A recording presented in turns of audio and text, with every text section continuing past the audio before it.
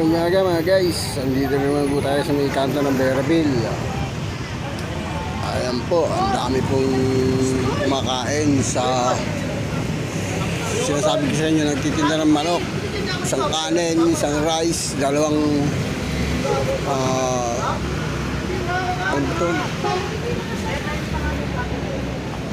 Siomai. 65 lang po. Ayan, ang dami pong kumakain dyan. Palagi pong ganyan yan.